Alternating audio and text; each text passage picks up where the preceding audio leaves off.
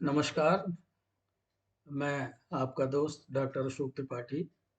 आइए आज हम चर्चा करते हैं आधुनिक हिंदी काव्य धारा में रहस्यवाद पर। हिंदी साहित्य का इतिहास पे जो वीडियोस मैं बनाता हूँ, तो उसमें आज की चर्चा का विषय है रहस्यवाद।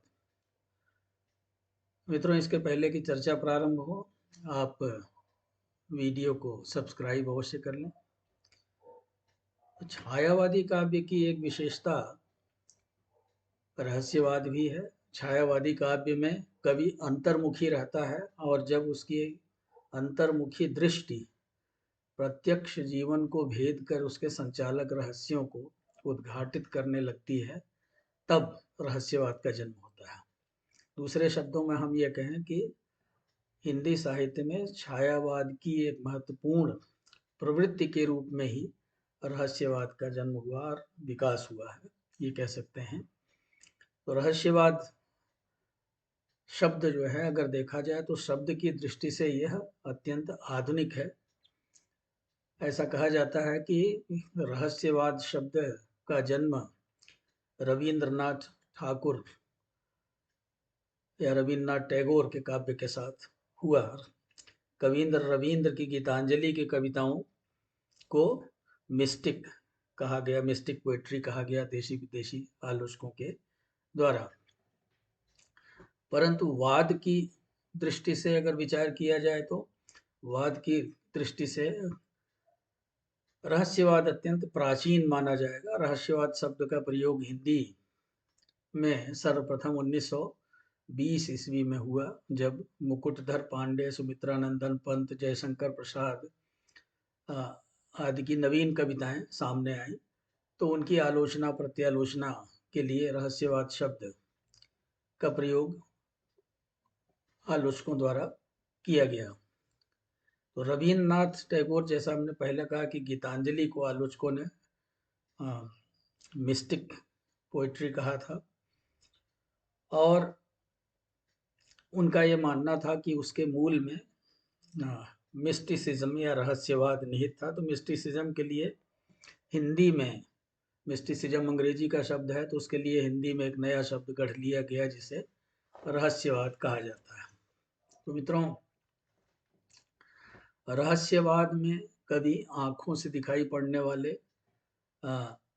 जगत के मूल में निहित किसी संचालक सत्ता के दर्शन करता है। वह सूक्ष्म सत्ता अदृश्य, सर्वत्र व्याप्त और महान है। यानी कि जो अदृश्य शक्ति जिसके दर्शन करता है, जिसको हम सूक्ष्म सत्ता भी कह सकते हैं, तो सब जगह व्याप्त है और उसे आँखों से देख पाना संभव नहीं है, नंगी आँखों से देख पाना संभव नहीं है। यानी कवि जो है वो मन ही मन में उसका अनुभव करता है। कवि जगत की अनेकता के भीतर से हम कह सकते हैं कि कवि जो है जगत के अनेकता के भीतर भावना से उस रहस्यमय जगत के दर्शन करता है। तो वह गहन अनुभूति तथा सांकेतिक अभिव्यक्ति से कविता में उस सत्य का रहस्य उद्घाटन या अनावरण करता है, जिसे हम रहस्यवाद कहते हैं। मित्रों, तो आधुनिक रहस्यवादी कवियों ने यह माना है कि रहस्यवाद का आरंभिक रूप वेदों में सुरक्षित है और रहस्यवाद का आरंभिक रूप वेदों में सुरक्षित है और उपनिषदों में भी हम रहस्यवाद के दिग्दर्शन कर सकते हैं। उपनिषदों में भी अज्ञात सत्ता के प्रति प्रेम संबंध की तुलना दाम्पत्य प्रेम से की गई है, जो कि रहस्यवाद की ओर संकेत करता है, रहस्यवाद की ओर इंगित करता है। तो रहस्यवादी कवियों ने बहुत सारे रहस्यवादी कवि थे जिन्होंने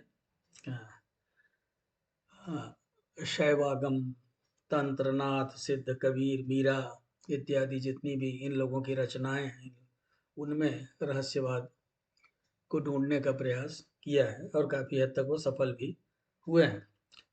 महादेवी वर्मा जो कि मुख्य रूप से एक रहस्यवादी, छायावादी, रहस्यवादी कवियत्री रही हैं, उनका ये मानना है कि आज गीतों में हम जिसे रहस्यवाद के रूप में ग्रहण कर रहे हैं, उसने पराविद्या की अपार्थिवता ली, वेदांत के अद्वैत की छाया मात्र ली, लौकिक प्रेम से तीव्रता उधार ली और इन सब को कबीर के सांकेतिक दाम्पत्र भाव सूत्र में बांध कर एक निराले स्नेह संबंध की सृष्टि कर डाली, जो मनुष्य के हृदय को पूर्ण आलंब दे सका, उसे पार्थिव प्रेम से ऊपर उठा सका तथा मस्तिष्क को हृदय में और हृदय को मस्तिष्क में बना सका। तो ऐसा महादेवी वर्मा का कथन है। बहुत सारे दूसरे विद्वानों ने रहस्यवाद के विषय में अपने विचार प्रकट किए हैं, जिसमें आचार्य रामचंद्र शुक्ल, डॉक्टर हजारी प्रसाद द्विवेदी, डॉक्टर नामवर सिंह आदि का नाम विशेष रूप से लिया जा सकता है। मित्रों, सन 1928 में रहस्यवाद बड़ा महत्वपूर्ण हो गया और शुक्ल जी ने हिंदी काव्य में रहस्यवाद नामक पुस्तक लिखकर इसका पृथक अस्तित्व घोषित किया और वैदिक काल से ही इसकी सुदृढ़ परंपरा का निदर्शन किया उन्होंने। तो मित्रों, आचार्य शुक्ल, डॉक्टर हजारी प्रसाद द्विवेदी, डॉक्टर नामवर सिंह आदि के अनुसार छायावाद युगीन रहस्य भावापन्न काव्य प्रकृति तक ही रहस्यवाद को सीमित रखना समीचीन है।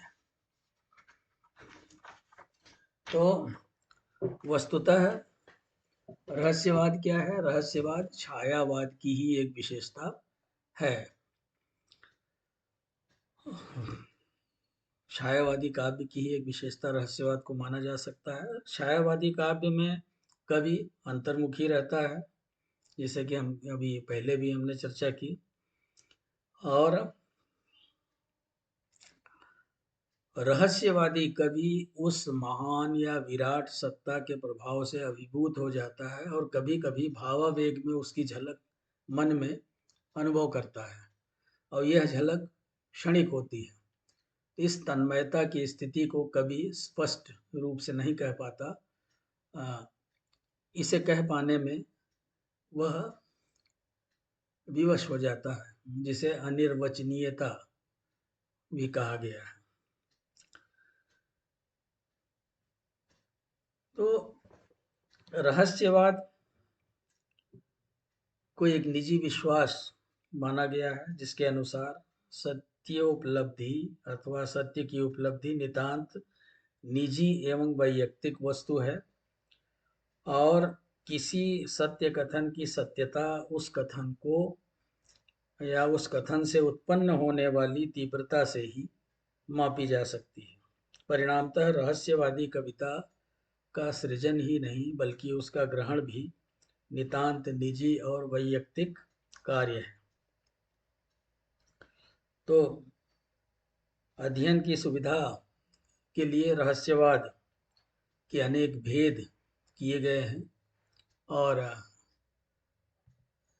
तो उन भेदों को हम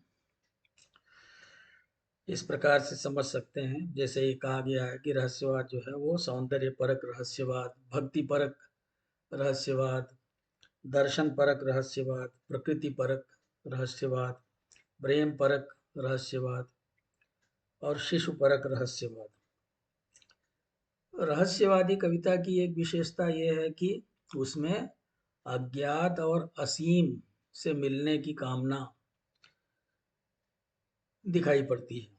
कवि जब वर्तमान या अपने चारों ओर के वातावरण से असंतुष्ट हो जाता है, और या कह लीजिए कि अपने चारों ओर के वातावरण से वो असंतुष्ट हो जाता है, परेशान हो जाता है, दुखी हो जाता है, तो उससे मुक्त होने के लिए वह एक अज्ञात एवं असीम को पाने की कामना करता है।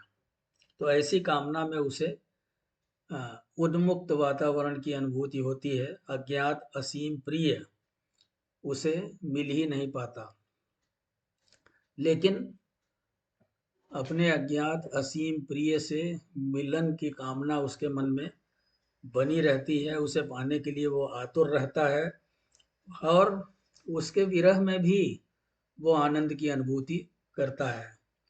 यानी कि विरह जो है वो रहस्यवाद की एक विशेषता है, विरहानुभूति। महादेवी वर्मा ने लिखा है कि जब असीम से हो जाएगा मेरी लघु सीमा का मेल, देखोगे तुम देव अमरता, खेलेगी मिटने का खेल। इसी प्रकार भौतिक जीवन के अभावों द्वारा विरह की अनुभूति रहस्यवादी कवियों की विशेषता है। भौतिक जीवन के अभावों के कारण कवि पीड़ित हो जाता है और अदृश्य असीम सत्ता के विरह में रस लेने लगता है। तो कवि अज्ञात प्रिय के प्रेम की अनुभूति को प्रतीकात्मक विधि से व्यक्त करता है। सूक्ष्म विषय को स्पष्ट करने के लिए भौतिक जीवन के स्थूल प्रतीक ग्रहण किए जाते हैं।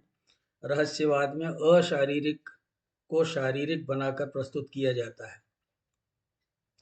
अब जैसे आप उदाहरण के लिए आप देख सकते हैं कि शशिमुख पर घूंघट डाले, जयशंकर प्रसाद की पंक्तियां हैं। शशिमुख पर घूंघट डाले, आंचल में दीप छिपाए, जीवन की गोधूली में कौतूहल से तुम आए। तो यहाँ हम देख सकते हैं कि अशारीरिक को शारीरिक बनाकर प्रस्तुत किया जाता है। एक उदाहरण और लें, मेरे प्रियतम को भाता है तम के पर्दे में आना। ये महादेवी वर्मा की पंक्तियां हैं। इसी तरह से महादेवी वर्मा की दो अन्य पंक्तियां देखें, रजत रश्मियों की छाया में धूमिल घन सा वह आता। तो रहस्यवादी काव्य बड़ा, उसकी एक जो विशेषता है रहस्यवादी काव्य की वो है अस्पष्टता। तो रहस्यवादी काव्य में इस अस्पष्टता का बड़ा प्रमुख स्थान है और इसे कवियों ने अनेक प्रकार से सुंदर प्रतीकों के माध्यम से व्यक्त किया है। रहस्यवादी कवि जो है वो उनकी कविताओं में आपको स्वप्न, मिलन इत्यादि के दृश्य दिखाई पड़ेंगे, उनका उल्लेख दिखाई पड़ेगा, जो कि इसी अस्पष्टता की भावना का प्रतीक है। अगर हम प्राचीन काल और आधुनिक काल के रहस्यवादियों के बीच में तुलना करें, उनके बीच में अंतर को जानने का प्रयास करें, तो हम देखते हैं कि प्राचीन रहस्यवादी कवि भक्त थे।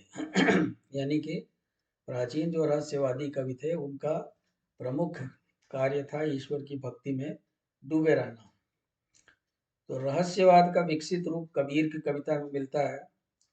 जैसे उनकी कविता, आपने उनका पद पढ़ा होगा, झीनी झीनी बीनी चदरिया। तो झीनी झीनी बीनी चदरिया मतलब ये एक देखते हैं इसमें रहस्यवाद जो है बहुत उभर के सामने आया है। काहे का ताना काहे की भरनी, कौन तार से बीनी चदरिया, इंगला पिंगला ताना भरनी, सुषमन तार से बीनी चदरिया, साई को सियत मास 10 लागे, पंच तत्व को नितीनी चदरिया, सो चादर सुर नर मुनि ओढ़ी, ओढ़ के बैली कीनी चदरिया। तो यहाँ देखते हैं दास कबीर जतन से ओढ़ी, जस की तस धर दीनी चदरिया। तो यहाँ हम देखते हैं कि कबीर जो है वो भक्त कवि थे और उनका जो रहस्यवाद है वो भक्ति से संबंधित है। और ये चदरिया क्या है? चदरिया ये शरीर है और ये शरीर जो है कैसे मनुष्य जन्म लेता है और किस तरह से जो है वो सांसारिक विषय वासना में डूब करके इस चादर को मैली कर देता है। लेकिन कबीर दास जो है वो ये कहते हैं कि उन्होंने उसको ज्यों का त्यों रख दिया। तो कबीर ने स्वयं को राम की बहुरिया भी कहा एक जगह, यानी राम अपने आप को जो है वो राम की बहुरिया कहते हैं, यानी राम की बहुरिया मतलब आप पत्नी से ले सकते हैं। और तो यहाँ पति पत्नी भाव देखा जा सकता है उनके रहस्यवाद में।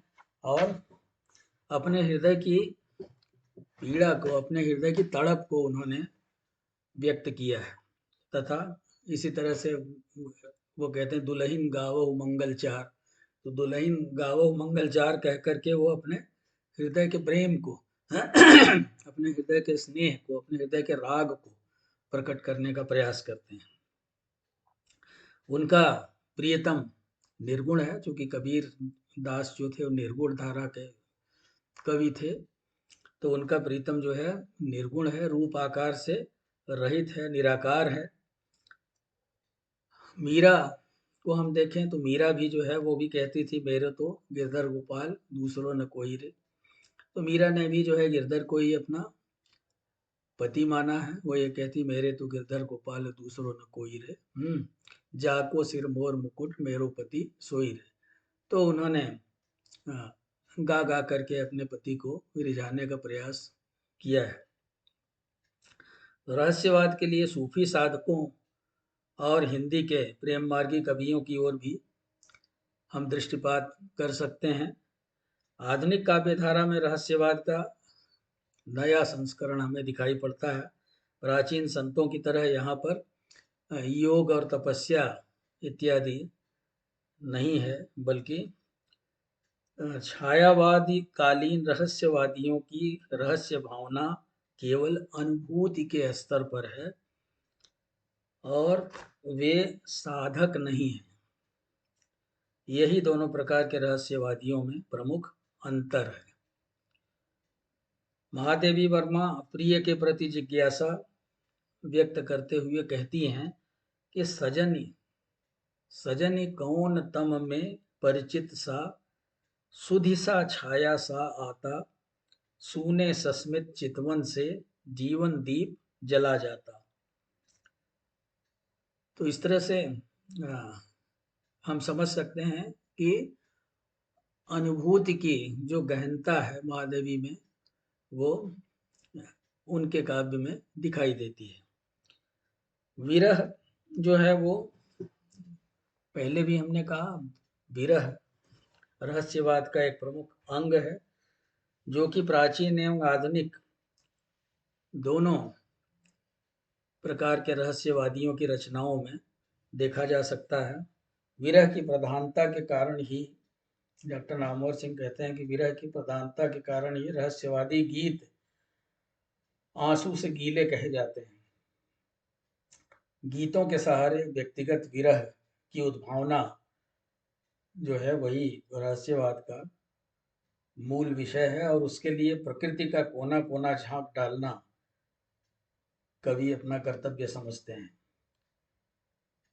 तो काव्य संगठन या काव्य सौष्ठव और अभिव्यंजना कौशल की दृष्टि से हम गीति काव्य का चरम विकास रहस्यवादी कविताओं में देख सकते हैं। यानी रहस्यवादी कविताएं जो हैं वो उनका योगदान गीति काव्य में बहुत अधिक है, गीति काव्य के विकास में बहुत अधिक है। रहस्यवाद के क्षेत्र में दर्शन की अंतरधारा भी प्रवाहित है। उसके दार्शनिक आधार की ओर संकेत करते हुए आचार्य रामचंद्र शुक्ल कहते हैं कि जो चिंतन के क्षेत्र में अद्वैतवाद है, वही भावना के क्षेत्र में रहस्यवाद। ध्यान दीजिएगा, आचार्य शुक्ल कहते हैं कि चिंतन के क्षेत्र में जो अद्वैतवाद है, वही भावना के क्षेत्र में रहस्यवाद। तो यहाँ जीवात्मा, प्रकृति और परमात्मा के बीच तादात्म्य स्थापित करने की चेष्टा दिखाई पड़ती है, जो अद्वैतवाद में मूल रूप से विराजमान है। चिर सुंदर से एकाकार हो जाने की इच्छा या तड़प को हम रहस्यवाद कह सकते हैं। रहस्यवाद के ऐतिहासिक महत्व की जहाँ तक बात है, तो हिंदी काव्य में रहस्यवादी कविता का निश्चित रूप से ऐतिहासिक महत्व है। जिस समय द्विवेदी युग की कविता स्थूल तथ्यों के संग्रह और वस्तु वर्णन में व्यस्त थी, उस समय रहस्यवाद का आविर्भाव हुआ, और रहस्यवाद ने काव्य में जीवन के मौलिक सत्यों और रहस्यों के प्रति जिज्ञासा उत्पन्न की। जीवन की क्षुद्रताओं से मनुष्य को ऊपर उठाया रहस्यवाद ने, उसे एक बहुत ही उच्च भाव भूमि पर प्रतिष्ठित किया। और द्विवेदी युग के सुधारवाद की अपेक्षा हम यहाँ आध्यात्मिकता की ऊंची उड़ान देख सकते हैं। और तो इस तरह से हम ये कह सकते हैं कि रहस्यवादी कविताएं जो थी वो एकदम अलग ही थी। रहस्यवादी कविता जो थी उन्होंने अपने समय के कवियों को बहुत प्रभावित किया, आलोचकों को बहुत प्रभावित किया, लेकिन साथ ही साथ रहस्यवादी कविताएं जो थी उनकी कुछ सीमाएं भी थी। रहस्यवादी रचनाओं की जहाँ तक सीमाओं का प्रश्न है, रहस्यवादी रचनाएं बड़ी दुरूह होती हैं, यानी आम आदमी के समझ में बहुत जल्दी नहीं आती हैं। उसमें जो है उसको समझने के लिए चूंकि वो जो कविताएं होती हैं वो बहुत ही उच्च भाव भूमि पर प्रतिष्ठित होती हैं, तो इसलिए उनको समझना बड़ा दुरूह होता है, यानी उनमें दार्शनिकता समाहित होती है और इसीलिए उन्हें समझना आसान नहीं होता है। तो अस्पष्ट होने के कारण वो रचनाएं बहुत ज़्यादा लोकप्रिय नहीं हो सकी। अब जैसे तुलसीदास जी ने रामचरितमानस लिखा, सीधे सादी भाषा में उन्होंने लिखा, तो वो लोगों को बहुत भाई। हालांकि रामचरितमानस में भी रहस्यवाद के लक्षण देखे जा सकते हैं, उन्होंने भी जगह जगह, लेकिन उनकी जो भाषा थी वो अलग ही थी। तो रहस्यवादियों ने सामाजिक समस्याओं को रहस्य बना दिया और उन्हें रहस्य बना करके उनकी रहस्यमयता में ही वो आनंद की अनुभूति करने लगे, ऐसा आलोचकों का मानना है। और उन्हें ये लगा कि सारा आनंद जो है वो अज्ञेयता में ही है। तो रहस्यवादी भाव जगत को ज़्यादा महत्व देते हैं, समस्याओं के समाधान पर उनका बल नहीं है। वो युग ऐसा युग था जिस समय रहस्यवादी कविताओं का जन्म हुआ, वो युग स्वतंत्रता आंदोलन का युग था। तो उस समय जो कविताएं बहुत ज़्यादा प्रचलित थी वो कविताएं इस तरह की थी जिसका सरोकार सामाजिक जीवन से, जिसका सरोकार उस समय के राष्ट्रीय आंदोलन से हो। तो इस तरह की कविताएं जो हैं वो बहुत ज़्यादा पसंद की जाती थी। तो रहस्यवादी कविताएं जो हैं वो बहुत ज़्यादा लोकप्रिय नहीं हो सकी, हम कह सकते हैं। साहित्यकारों के बीच में लोकप्रिय थी, लेकिन आम आदमी के बीच में उनकी लोकप्रियता जो है कम थी। तो इसलिए ये उसकी कुछ सीमाएं थी। रहस्यवाद के सभी रूप हमें महादेवी वर्मा की रचनाओं में मिल जाएंगे, हमें कामायनी में रहस्यवाद के सभी रूप मिल जाएंगे, जयशंकर प्रसाद की कामायनी में। नवीन औद्योगिक व्यवस्था तथा विज्ञान से घबराए मनु को श्रद्धा जगत के प्रपंच से दूर कैलाश शिखर पर ले जाती है। कोरी भावुकता मनुष्य को इसी तरह पलायन और एकांतवास की ओर ढकेलती है। तो मित्रों,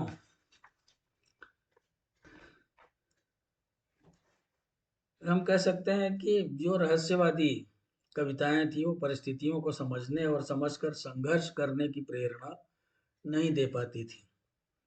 श्रद्धा ने आकाश में बिखरे हुए ज्ञान, इच्छा और क्रिया के त्रिपुर को अपनी स्थिति मात्र से मिला दिया। इतने ज्ञान दूर, कुछ क्रिया भिन्न हो, इच्छा क्यों पूरी हो मन की, एक दूसरे से न मिल सके, यही विडंबना है जीवन की। तो श्रद्धा ने इच्छा, ज्ञान और क्रिया के त्रिपुर को अपनी स्थिति मात्र से, अपनी स्मित मात्र से मिला दिया और क्षण भर में भावलोक में ही समस्या का समाधान भी कर दिया उन्होंने।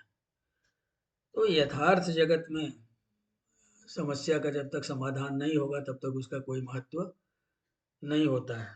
तो इसीलिए आचार्य शुक्ल जैसे जो आलोचक थे उन्होंने रहस्यवाद को हानिकारक बताया और इसका उन्होंने बहुत विरोध भी किया। तो इस तरह से अत्यधिक सांकेतिकता, अत्यधिक अस्पष्टता, एकांतिकता और व्यावहारिक जीवन से पलायन के कारण यह काव्य या रहस्यवादी काव्य धीरे धीरे अपना प्रभाव खोने लगी। छायावादी काव्य की रहस्यवादी रूढ़ियां उस युग के सांचे में गुम हो गईं और उन रहस्य रूढ़ियों में आज किसी को भी रस बहुत कम मिलता है। केवल प्राकृतिक रहस्य भावना को व्यंजित करने वाली कविताएं ही अपनी काव्यात्मक जिज्ञासा, कुतूहल और विस्मय के कारण आज भी अच्छी लगती हैं। लेकिन अगर देखा जाए तो बहुत ज़्यादा जो है इसका प्रभाव अब इस समय नहीं देखा जा सकता।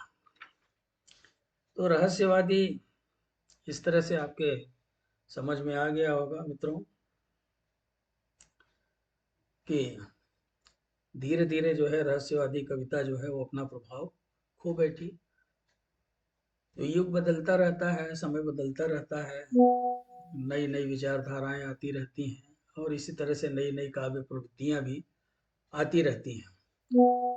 तो मित्रों, उम्मीद है कि आपको ये वीडियो पसंद आया होगा और अगर ये वीडियो आपको पसंद आया हो तो आप चैनल को सब्सक्राइब कीजिए, वीडियो को लाइक कीजिए। जल्द ही कोई नया वीडियो लेके आपके समक्ष उपस्थित होने का प्रयास करूंगा। बहुत बहुत धन्यवाद। नमस्कार।